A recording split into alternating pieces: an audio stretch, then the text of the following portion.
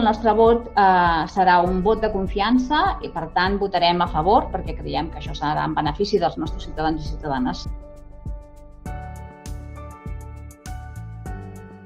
Atenent les dades demogràfiques, que es tracta d'un servei deficitari, que la demanda decreix i que no és una demanda o un clam popular, hauríem vetllat per una molt bona licitació, per a una concessió, sabedors ja del que cal demanar a l'empresa que hagi de gestionar.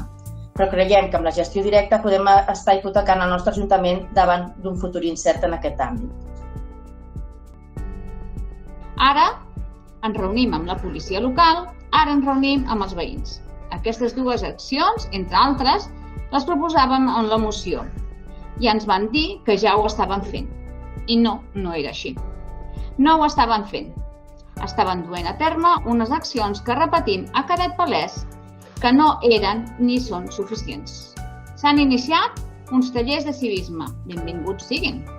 Però aquesta és una via llarga i la demanda és al carrer i la sensació d'inseguretat és al carrer ara i la necessitat era i és al carrer.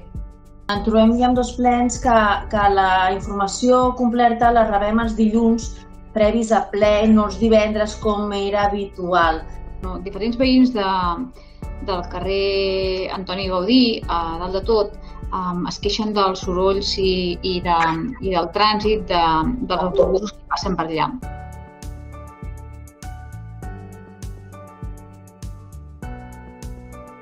Ells pregunten si aquest terra que en principi, com estava previst en el projecte, no era, per fer un skate híbrid, en aquest cas per totes les disciplines, si això s'ha modificat. Voldria saber com han previst la incorporació novament de tots els usuaris del casal d'avis.